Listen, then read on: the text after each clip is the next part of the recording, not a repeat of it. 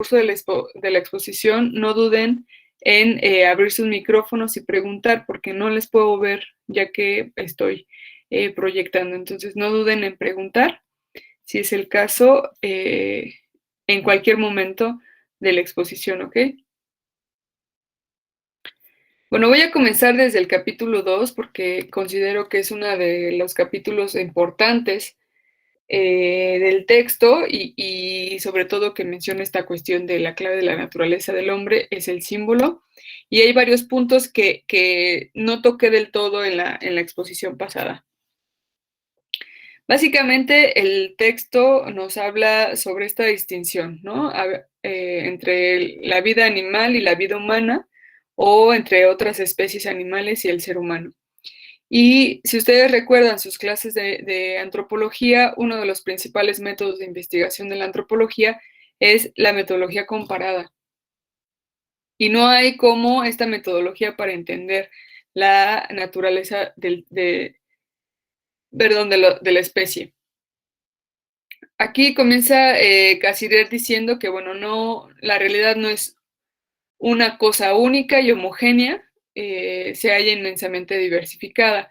Pero ¿por qué se halla inmensamente diversificada? Pues obviamente porque cada experiencia de cada organismo es diferente, aunque podemos decir que la realidad es única, pues está ahí, ¿no?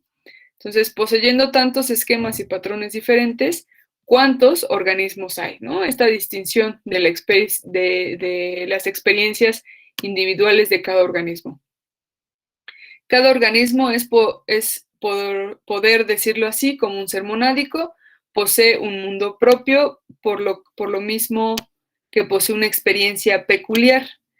Pero la clave para poder entender esta peculiaridad de las experiencias se encuentran en los hechos de la anatomía comparada, ¿no? Entonces, se creía que para entender las experiencias de cada organismo, pues podíamos entenderlas a partir de la distinción de estas anatomías. Entonces, si conocemos las estructuras anatómicas de una especie animal, estamos en posesión de todos los datos necesarios para reconstruir su modo especial de experiencia, ¿no? Entonces, en esta idea está basada esta cuestión de la anatomía comparada en relación a las experiencias especiales de cada organismo, ¿no?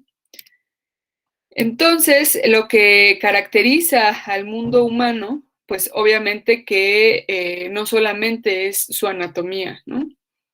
Sino que lo que aquí menciona, su función, su círculo funcional se ha ampliado cuantitativamente, como también ha sufrido un cambio cualitativo.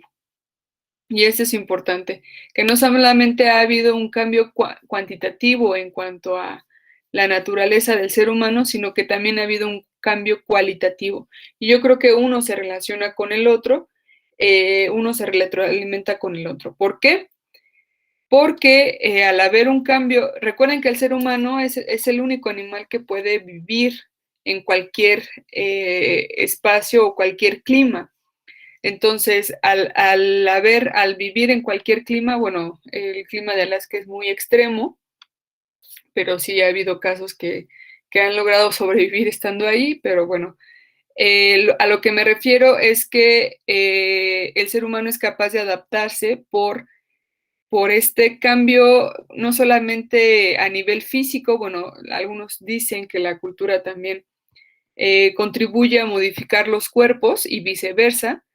Entonces, al haber un cambio cualitativo en relación a lo cultural, recuerden que el conocimiento es una necesidad del ser humano para poder sobrevivir. Entonces, al haber estos cambios, pues obviamente que también impacta no solamente en la anatomía del ser humano, sino también en la cultura, por eso habla de un cambio cualitativo. Y no solamente en la cultura, sino también en sus procesos, diría Vygotsky, sus procesos psicológicos superiores, ¿no? Entonces, en el mundo del humano, pues encontramos nuevas características que obviamente parecen distinguir la vida del hombre o de la vida del ser humano. Entonces, el hombre ha descubierto un nuevo método para adaptarse a su ambiente entre el sistema receptor y el sistema efector que se encuentra en todas las especies animales. Hallamos un eslabón intermedio que podemos denominar, bueno, especialmente en los seres humanos, como sistema simbólico. Entonces, este eslabón intermedio le ha permitido al ser humano adaptarse a cualquier ambiente. Por eso habla de este cambio cualitativo, no solo cuantitativo, sino cualitativo. Podemos observar, por ejemplo, que sí hay reacciones orgánicas que son directas e inmediatas al estímulo externo, pero también el ser humano tiene respuestas humanas, ¿no? Que son demoradas, interrumpidas y retardadas por un proceso lento y complicado de pensamiento. ¿Ok? Entonces, en el ser humano podemos encontrar dos tipos de respuestas, ¿no? Y no cualquier animal lo tiene, ¿no? Bueno, yo creo que ningún animal lo tiene así, tan complejo. Entonces, entre este eslabón intermedio, que es el sistema simbólico, pues obviamente que encontramos un universo simbólico. Entonces, el ser humano no solamente vive en el universo físico, sino también en este universo simbólico. Como lo dice, si no mal recuerdo, Malinowski, vivimos también en una segunda naturaleza. Esta segunda naturaleza, pues, es la cultura. El lenguaje, el mito, el arte y la religión, pues constituyen partes de este universo. Forman los diversos hilos que tejen la realidad simbólica, la urdimbre complicada de la experiencia humana. Entonces, la realidad física parece retroceder en la misma proporción que avanza su actividad simbólica. ¿Qué quiere decir esto? Que conforme el ser humano va creciendo y va madurando, pues obviamente que, si bien la realidad no desaparece, pero todo es mediado por la actividad simbólica, ¿ok? En un niño o una niña, pues está mucho más ligada a esta realidad física, ¿no? Responde más a sus necesidades biológicas, no hay tanta, una respuesta retardada, pensada, sino que es una respuesta inmediata, si nos damos cuenta, en los niños y las niñas, ¿no? De cierta edad. Si tienen hambre, comienzan a llorar. Si tienen ganas de ir al baño, necesitan ir al baño. Entonces, por eso hay una cuestión, por eso lo que aquí dice que entre más grande o entre más se avanza en la edad, obviamente que la actividad simbólica va en otra dirección en relación a la realidad física, ¿no? Por eso dice, la realidad física parece retroceder en la misma proporción que avanza la actividad simbólica. Entonces, no puede ver o conocer nada sino a través de la interposición de este medio artificial. Su situación es la misma en la esfera teórica que en la práctica, ¿no? Entonces, ¿qué significa esto de la actividad simbólica en este medio artificial? Pues que todas las respuestas, todos los estímulos a esas respuestas son interpretadas y obviamente que esta interpretación tiene que ver con un proceso histórico de la especie humana, pero también de la persona. Y vamos a responder también de acuerdo a nuestras vivencias, de acuerdo a nuestra experiencia de vida, ¿no? Por ejemplo, yo puedo decir que, no sé, que alguien me guiñó el ojo, lo puedo interpretar como si me está coqueteando o tal vez se le metió una basurita, ¿no? En el ojo. Entonces, la interpretación puede variar en relación a mi experiencia de vida. Entonces, tal vez un niño piense que le está guiñando el ojo solamente porque le entró una basura o quiso hacerlo así, y no precisamente que le esté coqueteando, ¿no? Entonces, esas diferencias, obviamente que están mediadas por una experiencia personal, pero también por una experiencia de la especie humana. ¿Qué significa el guiño? Coqueteo a nivel social, ¿no? Podremos decir así. Y no precisamente que se le haya metido una basurita, por ejemplo, ¿no? Entonces, por eso la mediación es un concepto importante que viene a traer esta relación con el medio físico y la persona.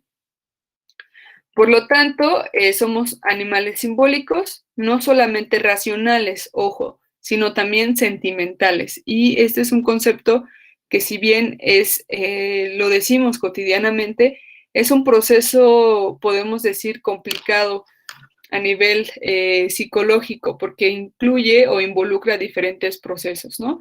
Entre ellos la asociación, el significado, el sentido, proceso biológico también, entre otros procesos que están allí, ¿no? La memoria, la asociación, entre otros. Entonces, el sentimiento es un concepto complejo para trabajar porque involucra varios elementos. Entonces, en lugar de definir al hombre como un animal racional, lo definiremos como un animal simbólico. De este modo podemos designar su diferencia específica y podemos comprender el nuevo camino abierto al hombre, el camino de la civilización. Fíjense cómo se relaciona a nivel de lo, podemos decir, de lo psicológico a nivel social, ¿no? Y cómo, entendiendo que el ser humano es un animal simbólico y tan solo el concepto de símbolo involucra diferentes procesos que se dan tanto a nivel individual como a nivel social e histórico y cultural, podemos entender también el camino de la civilización. Es decir, podemos entender a la sociedad. Fíjense cómo ahí está esta relación importante entre ambas, ¿no?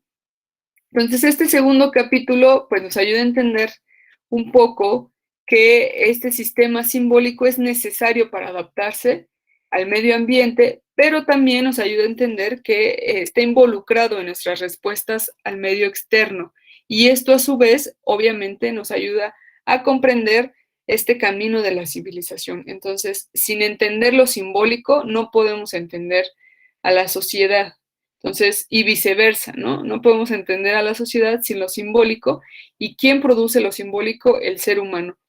Pero en este segundo capítulo de las reacciones animales a las respuestas humanas, nos va a ayudar a entender cómo se da el proceso simbólico a nivel psicológico, por decirlo así, que obviamente no solamente es psicológico, sino también involucra varios procesos históricos, sociales, políticos y económicos. Aunque no lo menciona aquí, lo económico y lo político también están ahí, ¿no?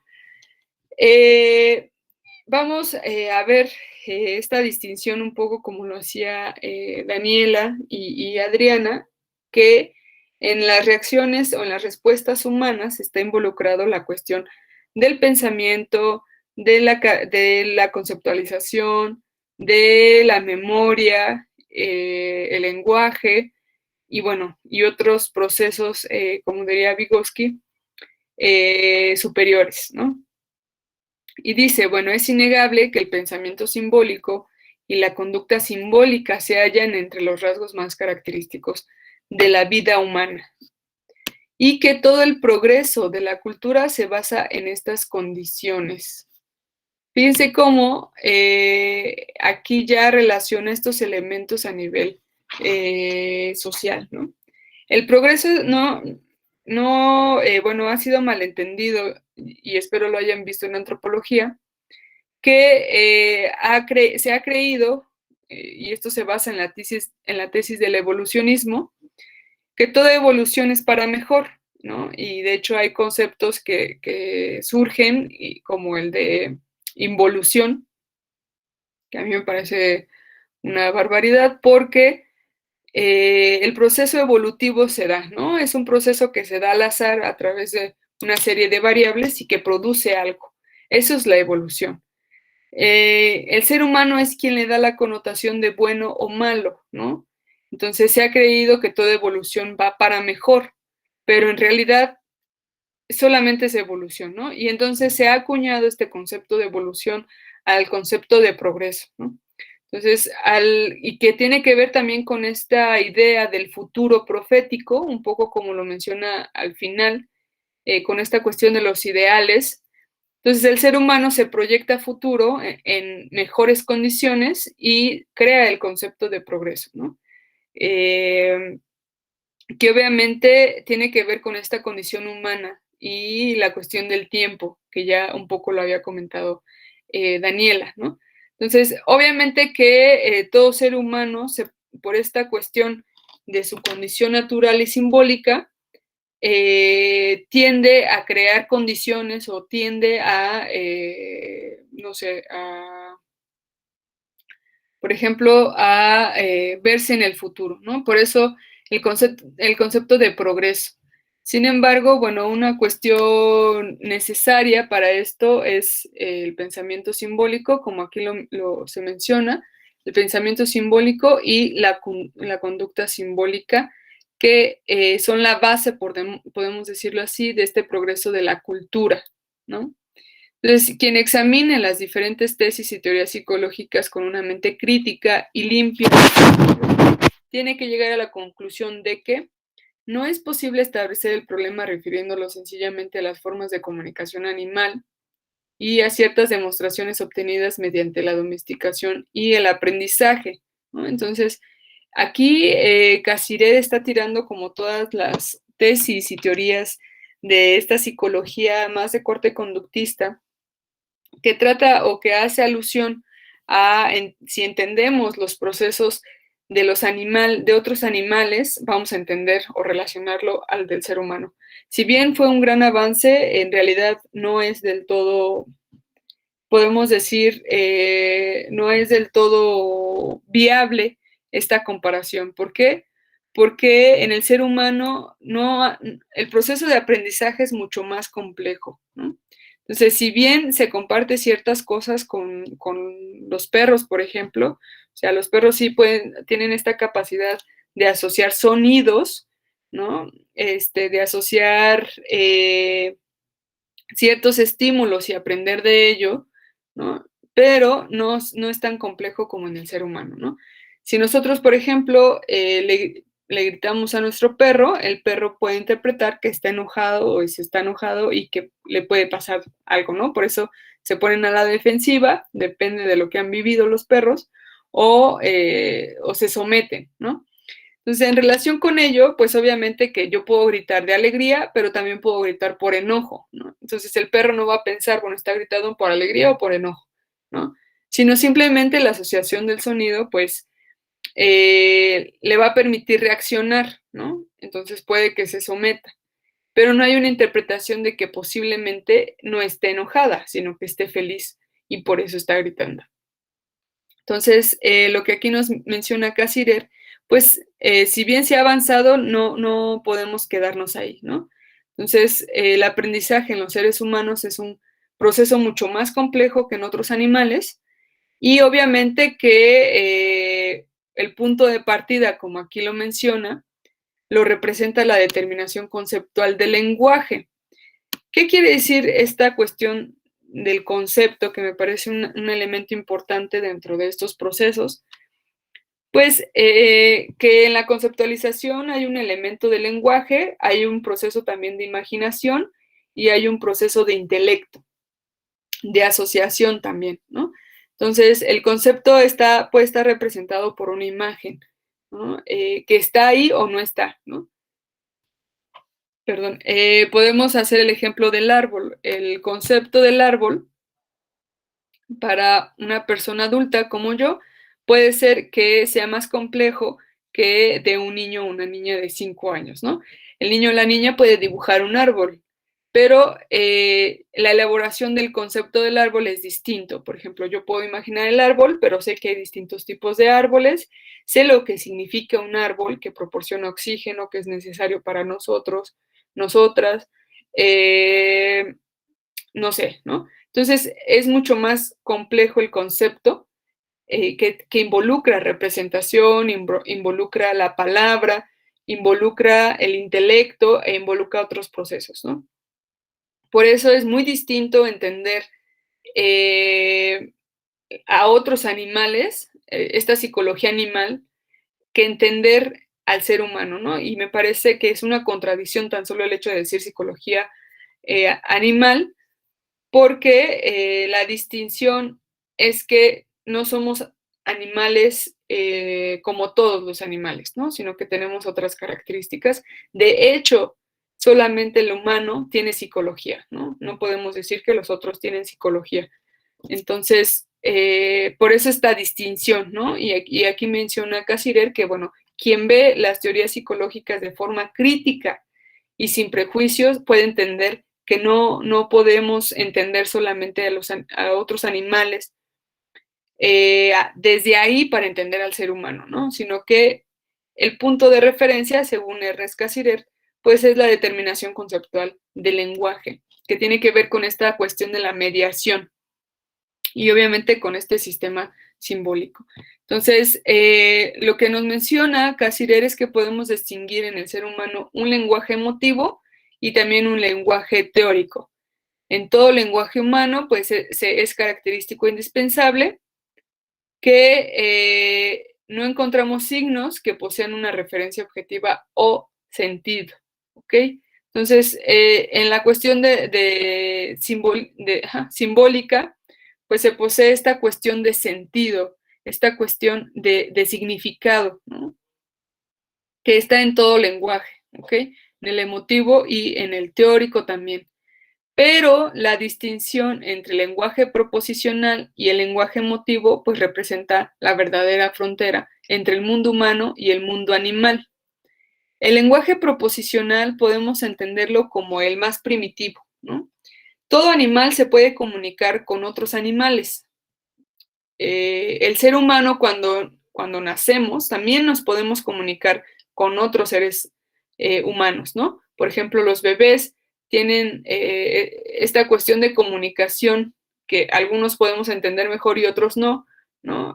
Por ejemplo, cuando tienen hambre, cuando están incómodos, cuando tal vez les duele algo, ¿no? No precisamente que digan me duele aquí, sino que esta cuestión del lenguaje que se da desde pequeños, pues todo mundo lo posee, ¿no? Que es básicamente un lenguaje primitivo, podemos decirlo así, que le permite comunicar o comunicarse con el otro, ¿no? Cuando van creciendo, van diciendo como ciertas, ¿cómo se le dice?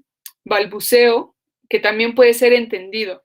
Sin embargo, el lenguaje emotivo es distinto, es mucho más complejo, involucra sentimientos, involucra palabras, involucra también conceptos.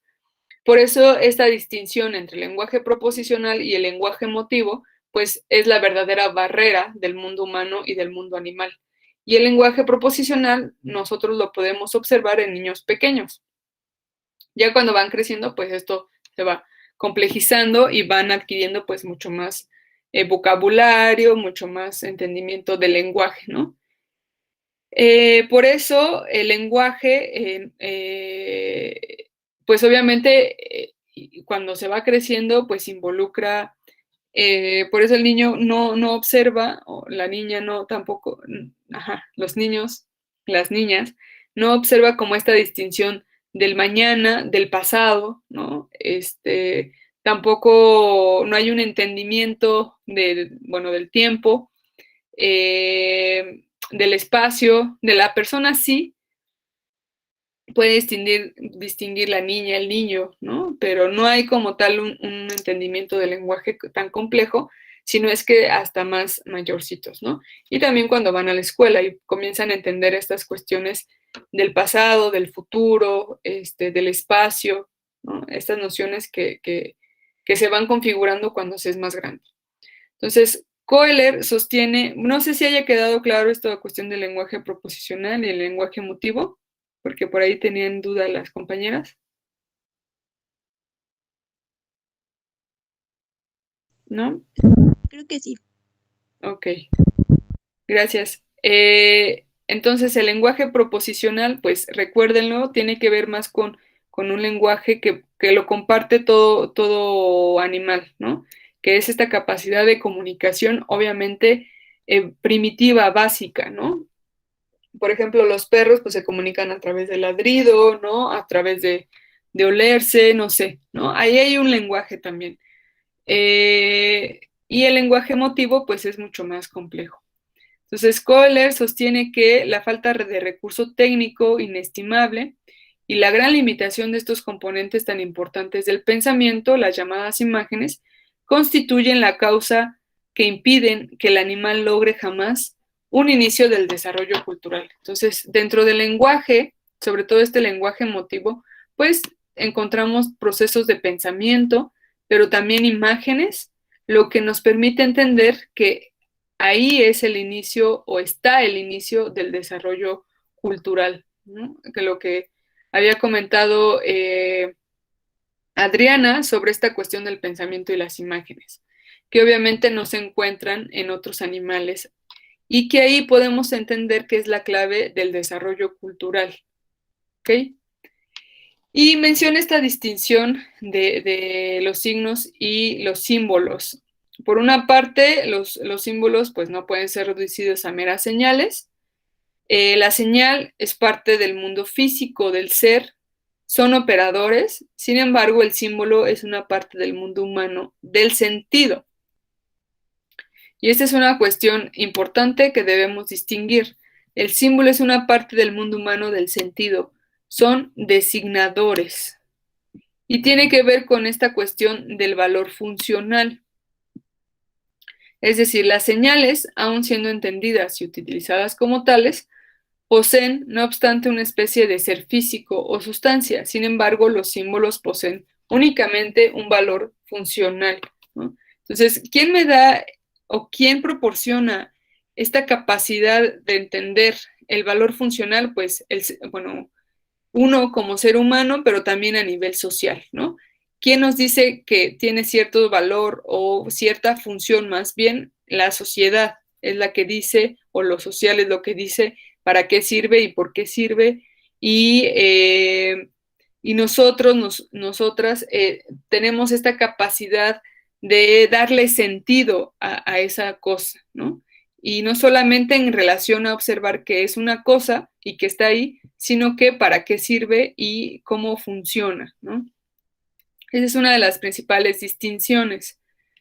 En el caso de los animales superiores se vio que eran capaces de resolver problemas más bien difíciles, soluciones no se conseguían y que estas soluciones no se conseguían de un modo puramente mecánico, por ensayo y error, ¿no? A diferencia del perro o de otros animales que aprenden a través del ensayo y el error, el ser humano sí aprende así, pero obviamente que es mucho más complejo, ¿no? Está esta frase conocida como el ser humano tropieza, es el único animal que tropieza con la misma piedra. ¿Por qué? Porque hay un raciocinio de las posibles respuestas que pueden ser variables, ¿no?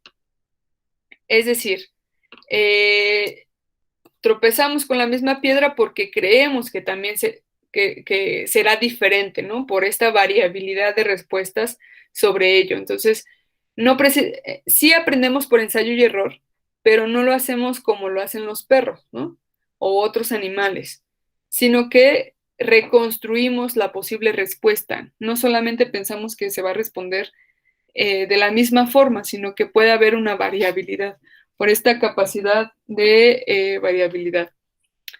El animal posee una imaginación y una inteligencia práctica, como ya lo habían comentado las compañeras, mientras que solo el hombre ha desarrollado una nueva fórmula.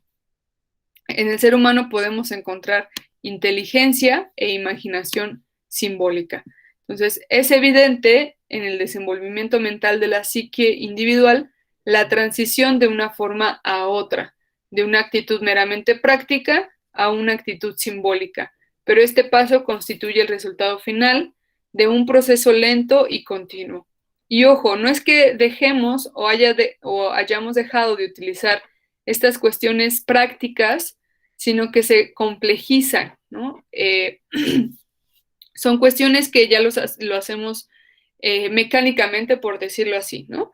Que tiene que ver con nuestros hábitos relacionados más con nuestras necesidades básicas, ¿no? La alimentación, el aseo, la higiene, son cuestiones que no dejamos de lado, ¿no? Esta inteligencia práctica y que se relacione mucho más con estas cuestiones habituales, pero obviamente que no, el ser humano pues obviamente piensa mucho más allá, ¿no? Con esta cuestión de la imaginación simbólica. Por ejemplo, podemos decir que pues lo que hacemos todos los días como muy mecánico tiene que ver con esta inteligencia e imaginación práctica. Pero, es decir, lo que me refiero es que no es que se hayan olvidado o ya no estén, ¿no? Sino que están ahí, pero obviamente que hemos, como especie humana, podemos decir que hemos transitado a otro tipo también de inteligencia mucho más compleja y a una imaginación pues simbólica, ¿no? Más compleja de lo meramente práctico, ¿no? a diferencia de otros animales. Entonces, una característica del simbolismo es la universalidad. Tiene que comprender que cada cosa tiene un nombre, que la función simbólica no se haya restringida a casos particulares, sino que constituye un principio de aplicabilidad universal que abarca todo el campo del pensamiento humano. Entonces, una cuestión importante en Cassirer, que lo comparte con Kant, es que él cree que todo humano tiene esta capacidad simbólica y que todo mundo la tiene, pero obviamente que el simbolismo es muy variable. Y aquí menciona el principio simbólico o de simbolismo, con su universalidad, su validez y su aplicabilidad general, pues constituye el acceso al mundo específicamente humano, al mundo de la cultura, que no resulta obstruido o imposibilitado por ninguna laguna del material sensible. Y aquí lo vamos a entender mucho mejor con la actividad que voy a dejar en el SIGA, que es ver la película de Kellen Heller, Un milagro para Kellen Heller, para que por ahí lo anoten. Está en YouTube completa, Un milagro para Kellen Heller. Ahí van a ver cómo una niña sordomuda pues comienza a aprender las letras del abecedario a través del tacto y encuentra el sentido en las palabras y su función. Sobre todo el sentido se relaciona mucho con esta cuestión de la función, pero es mucho más compleja, ¿no? Entonces, la niña encuentra el sentido de comunicación con los otros y primero aprende el abecedario y después empieza a aprender las palabras relacionado con los objetos y luego entiende el sentido de esto, que es algo mucho más complejo, ¿no? Por eso aquí lo que nos dice es que si bien todo ser humano tiene la capacidad universal de esta cuestión simbólica, por lo que no necesariamente puede ser obstruido por la incapacidad de escuchar, la incapacidad de ver. Obviamente el proceso es distinto, pero tiene esta capacidad como especie humana, ¿no? Por eso aquí dicen que no resulta obstruido o imposibilitado por ninguna laguna del material sensible. O sea, esta niña, a pesar de que no escuchaba y no hablaba, y creo que también no veía, comienza a entender las palabras y comienza a comunicarse con señas, ¿no? Pero primero obviamente entiende la comunicación a través de seña, a través del tacto, ¿no? Entonces ahí una maestra le dice cuál es la A, cuáles así las letras, a partir del tacto es que comienza a entender esto y hay un momento clave en la película que se observa que ella encuentra sentido a las palabras. Entonces esa va a ser una actividad para que veamos este ejemplo. Entonces, no depende de la cualidad de su material sensible, el ser humano no depende en la construcción de su mundo humano de la cualidad de su material sensible, ¿no? La cultura deriva su carácter específico y su valor intelectual y moral, no del material que la compone, sino de su forma, de su estructura arquitectónica. El libre desarrollo del pensamiento simbólico y de la expresión simbólica no se haya obstruido por el mero empleo de signos táctiles en lugar de los verbales. Lo que vitalmente importa no son los ladrillos y las piedras concretas, sino su función general como forma arquitectónica, ¿no? Y también lo menciona Cassirer, este caso de Kellen Heller, que tiene que ver con esto, ¿no? Que no precisamente necesitamos de este material sensible para poder construir un mundo humano que tiene que ver con esta cuestión simbólica, ¿no? Entonces, lo importante, pues obviamente, es su función general en relación con el todo. Si bien el símbolo es universal, como ya lo comenté hace un rato, existe mucha variabilidad del símbolo. Un símbolo no solo es universal, sino es extremadamente variable. Darse cuenta plena de esta movilidad parece ser más bien un logro tardío en el desarrollo intelectual y cultural del hombre, o sea, entender que existen mil formas como especie humana y como grupos humanos, pues fue un proceso lento y tardío en cuanto al desarrollo intelectual y cultural del hombre. Y al haber una riqueza cultural en todo el mundo, nos permite, por lo tanto, complejizar nuestro pensamiento y simbolismo como especie humana. El problema ha sido históricamente que ciertas culturas se han querido imponer a otras culturas tratándolas de extinguir. Pero lo que aquí menciona Cassirer es que pues obviamente que la variabilidad le permite al ser humano complejizar este proceso de pensamiento simbólico, ¿no? Y lo vemos en los productos de la ciencia y otros productos culturales que se han constituido a partir de la hibridación, podemos decir, de las culturas, ¿no? Entonces, el símbolo sigue considerado como una propiedad de la cosa o igual que otras propiedades físicas. El problema de la dependencia que se halla entre el pensamiento relacional con el pensamiento simbólico, y un poco creo que también lo comentaba Daniela, ¿no? Hay una dependencia entre el pensamiento racional con el pensamiento relacional con el pensamiento simbólico. ¿Qué quiere decir el pensamiento relacional? El pensamiento relacional tiene que ver con, por ejemplo, con esta cuestión de la asociación, ¿no? De la memoria, y obviamente con los conceptos, el lenguaje, ¿no? Y obviamente que hay una relación muy intrínseca con el pensamiento humano. Vamos a ver por qué. Sin un sistema complejo de símbolos, el pensamiento relacional no se produciría y mucho menos alcanzaría su pleno desarrollo. El mero percatarse de las relaciones no puede ser considerado como un rasgo específico de la conciencia humana. Es decir, para captar este sentido no depende ya de datos sensibles concretos, de datos visuales, auditivos, táctiles, kinestésicos. ¿Qué es lo que le pasa a Kellenheller? O sea, a partir de construirse una serie de conceptos, imágenes, asociaciones, memoria, entre otros, es que se constituye el pensamiento simbólico.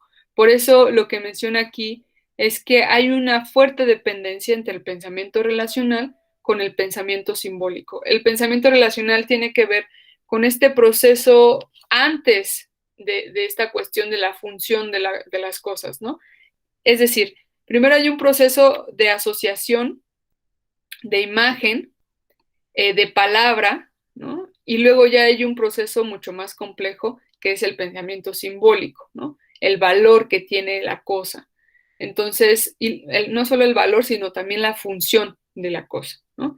Entonces, por ejemplo, en el caso de Kellenheller, que se da cuenta a través de que le escriben que escriben agua y toca el agua, ahí hay una constitución táctil, por eso dice que ya cuando llegamos a un pensamiento simbólico, pues no necesariamente requerimos de estos datos sensibles, ¿no?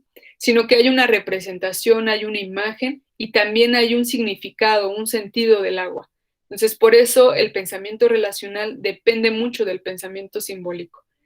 Porque primero hay una constitución, el pensamiento relacional significa que hay una constitución del concepto, de la palabra, de la asociación de esa palabra con el concepto y del objeto. Ya cuando llegamos a un pensamiento simbólico, ya hay un sentido y un significado de ese objeto, pero necesitamos previamente lo anterior, ¿no? No como en el caso de Kellenheller, que ya sabía algunas palabras, pero no había un sentido todavía. Estaba el pensamiento relacional, pero eso todavía no se llegaba a este pensamiento simbólico. Espero haya quedado un poco más claro esta cuestión, esta distinción. Entonces, el papel del lenguaje es una parte importante. Sin el paso preliminar del lenguaje humano, no hubiese sido posible esta conquista. O sea, si el ser humano no hubiera constituido esta cuestión del lenguaje, pues no hubiéramos tenido un pensamiento simbólico como tal. No porque todo dependa de ellos, sino, bueno, todo el proceso que implica el lenguaje, la asociación, la conceptualización, la imagen, el intelecto. Para Herder menciona que el lenguaje no es un objeto, no es una cosa física para la cual tengamos que buscar una causa natural o sobrenatural. Es un proceso, una función general de la psique humana. En su intento por establecer la naturaleza del lenguaje, pone todo el acento en lo que llama reflexión. Entonces, el lenguaje con una revisión crítica de la cuestión misma.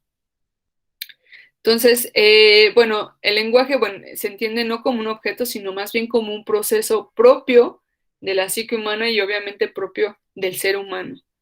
Sin el simbolismo, la vida del hombre sería la de los prisioneros de la caverna, es decir, se encontrarían confinadas dentro de los límites de sus necesidades biológicas y de sus intereses prácticos, sin el acceso al mundo ideal que se le abre desde lados diferentes con la religión, el arte, la filosofía y la ciencia, ¿no?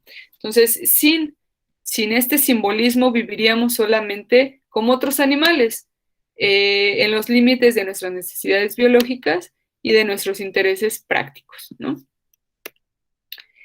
En el penúltimo capítulo del mundo humano, del espacio y del tiempo, son dos elementos importantes que también se observan en Kant. Por eso este autor es kantiano.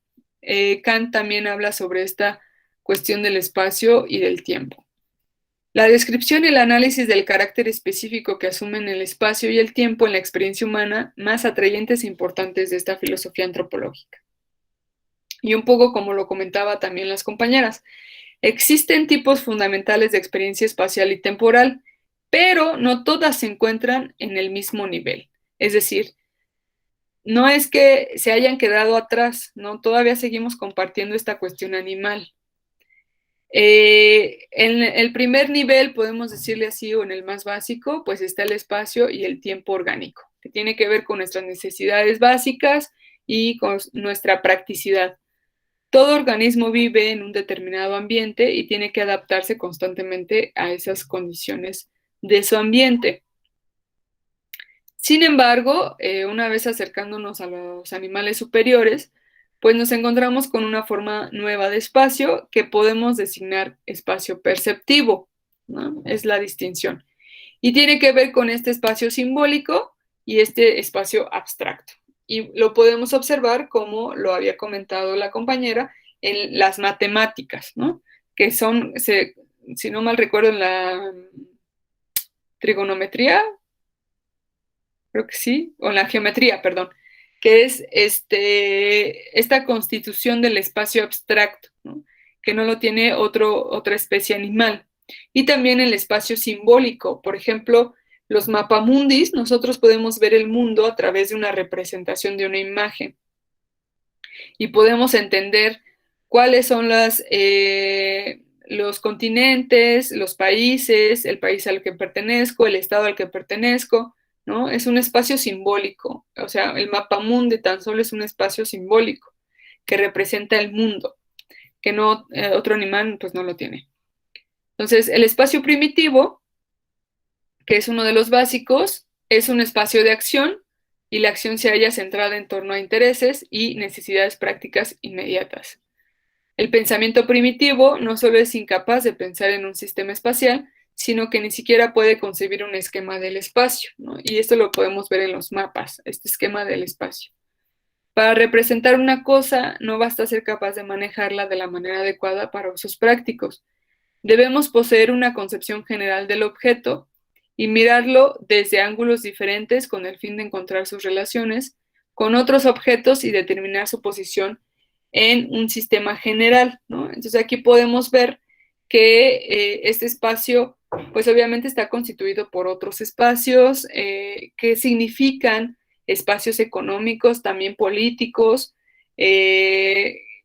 Bueno, yo me puedo identificar en el mapa en donde vivo y bueno, todo lo que implica, ¿no? Entonces, si bien tenemos todavía esta cuestión del espacio primitivo que tiene que ver más con nuestras necesidades prácticas, también tenemos el espacio perceptivo, ¿no? Que está relacionado con este espacio abstracto y el espacio simbólico. Un ejemplo, pues, es el álgebra babilónica, pero hay que entender cómo surge o cuáles son los orígenes de los comienzos mismos de la cultura babilónica. Y esto es interesante, que es un poco lo que comentaba al principio. Bueno, el trasfondo histórico de la civilización babilónica tiene que ver con esta confluencia y colisión de dos razas diferentes, de origen diverso, que hablan lenguajes distintos en relación, y fueron los primeros en llegar a comprender el sentido y el uso de un simbolismo abstracto. Entonces, fíjense cómo a partir de esta complejidad de la especie humana, que es la cuestión del lenguaje y la coalición con otras culturas, pues permite la complejización simbólica de la realidad, ¿no? Entonces, por eso da el ejemplo de la astronomía. O sea, la astronomía no pudo surgir en su forma mítica y mágica en forma de astrología, ¿no? Entonces, se requirió de una en sus características mágicas y mítica para crear la ciencia, ¿no? Por eso aquí dice, la forma falsa y errónea del pensamiento simbólico preparó la vía para un universo simbólico verdadero, es decir, el de la ciencia moderna. Entonces, primero se necesitó, por ejemplo, del mito, de la religión, para poder constituir lo que actualmente llamamos como ciencia moderna. Y todo surgió a partir de esta representación mágica y mítica, ¿no? Que toda especie humana ha tenido en sus civilizaciones anteriores, y lo que permitió desarrollar, por ejemplo, lo que actualmente conocemos como ciencia moderna. No es porque sea la mejor actualmente. Recuerden que también las primeras civilizaciones tenían ciencia, ¿no? Por ejemplo, los mayas descubrieron el cero, ¿no? Los egipcios, por ejemplo, el álgebra babilónica, entre otros, pues han complejizado o se ha complejizado a partir de esta interacción con otras culturas, de esta confluencia con otras culturas. Pero primero se requirió de este pensamiento mágico y mítico para poder llegar a lo que después tuvieron, ¿no? La cuestión del tiempo, y que es una parte importante también para la cultura y obviamente para el pensamiento simbólico. Entonces, no es posible describir el estado momentáneo de un organismo sin tomar en consideración su historia y sin referirle a un estado futuro con respecto al cual el presente es meramente un punto de pasada.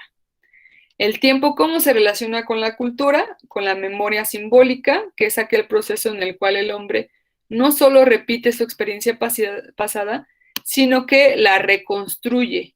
Entonces, la imaginación se convierte en un elemento necesario del genuino recordar. Y la tercera dimensión, que también es muy importante, es la del futuro. Entonces, la primera es el pasado, el presente y el futuro, que ambas son importantes, el pasado y el futuro, pero el futuro tiene una característica muy peculiar. La idea teórica de futuro, esa idea que es un requisito previo a todas las actitudes culturales superiores del hombre, es de tipo muy específico. Es un imperativo de la vida humana que alcanza mucho más allá de las necesidades prácticas e inmediatas del hombre y en su forma más alta supera los límites de la vida empírica. Por eso esta cuestión del futuro es muy especial porque implica procesos más complejos.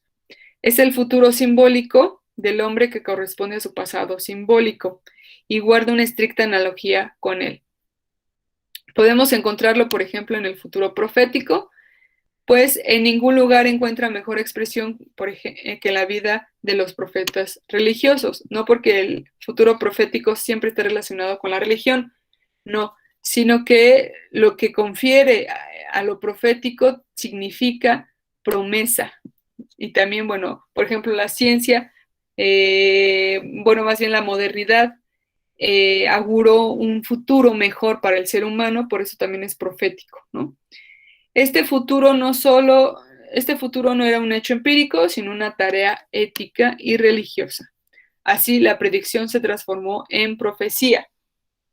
Una parte importante aquí que quisiera resaltar es la cuestión ética. El futuro confiere con esta cuestión ética y también se relaciona mucho con los ideales. Por eso esta distinción de los hechos e ideales. Los hechos tienen que ver con el presente, con la realidad, y los ideales tienen que ver con la posibilidad de las cosas, es decir, con este futuro, con lo que puede ser y con la construcción ética que nosotros hagamos. En su crítica del juicio plantea Kant la cuestión de si es posible descubrir el criterio general con el cual podemos describir la estructura fundamental del intelecto humano y distinguir esta estructura de todos los demás modos posibles de conocimiento.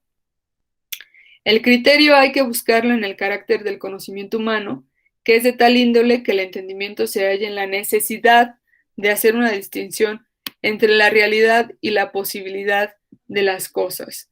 Entonces, para entender o para crear esta posibilidad de las cosas, primero pues hay que conocerlo, ¿no? Por eso dice el carácter del conocimiento humano, que es de tal índole que el entendimiento se halla en la necesidad de hacer esta distinción, y podemos ver que existen dos entendimientos o dos tipos de entendimiento según Cassirer.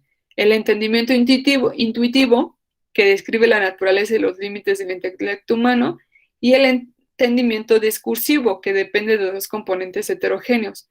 No podemos pensar sin imágenes, ni podemos intuir sin conceptos.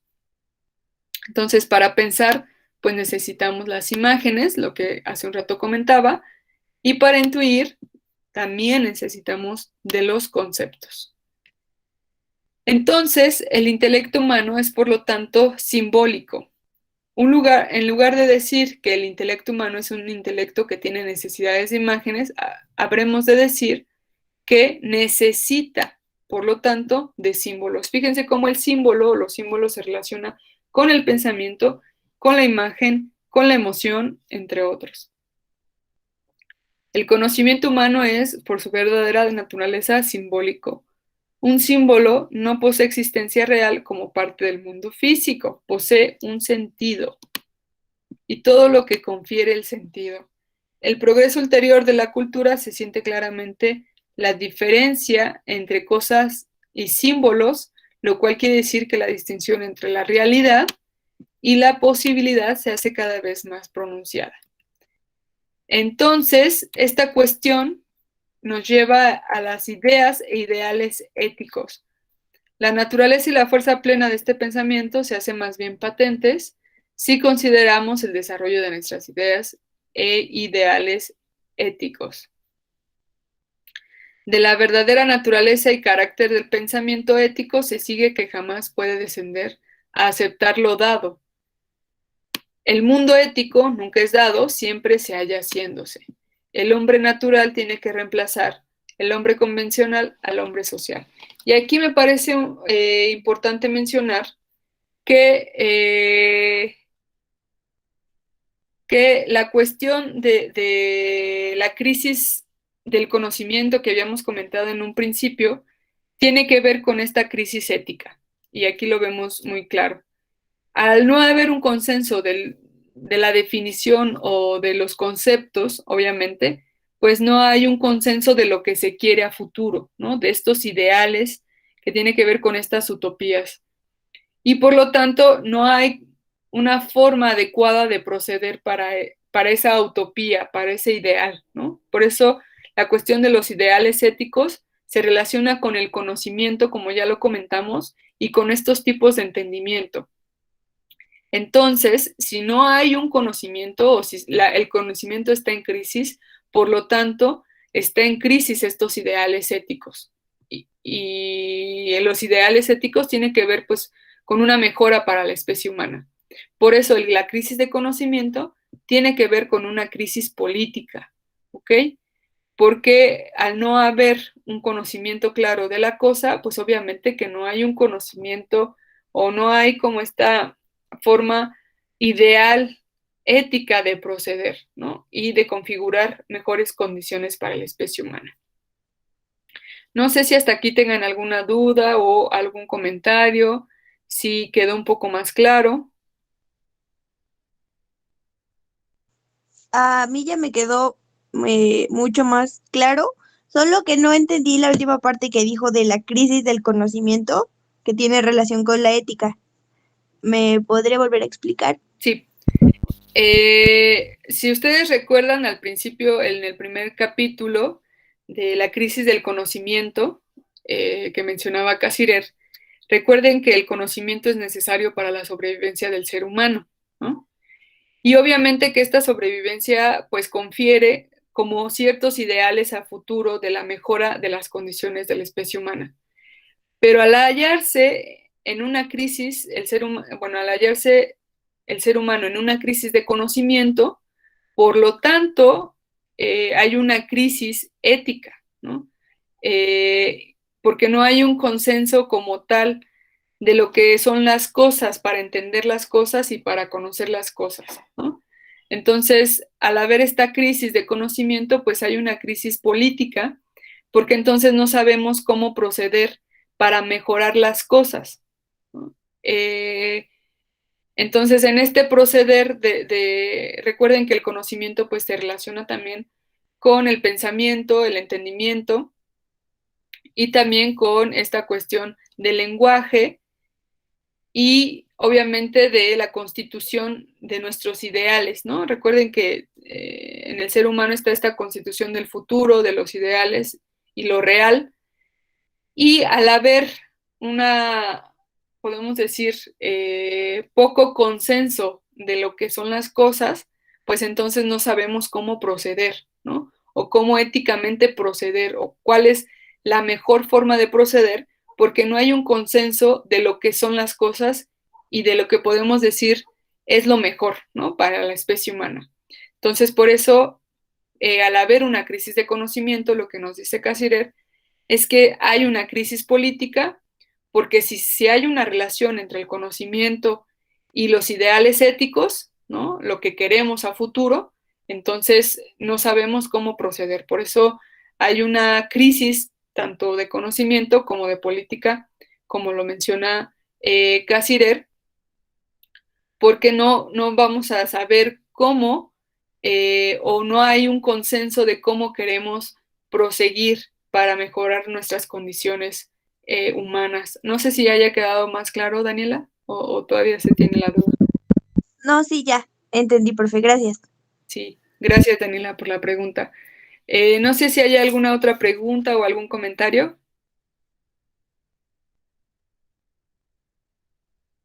¿No? Bueno, voy a detener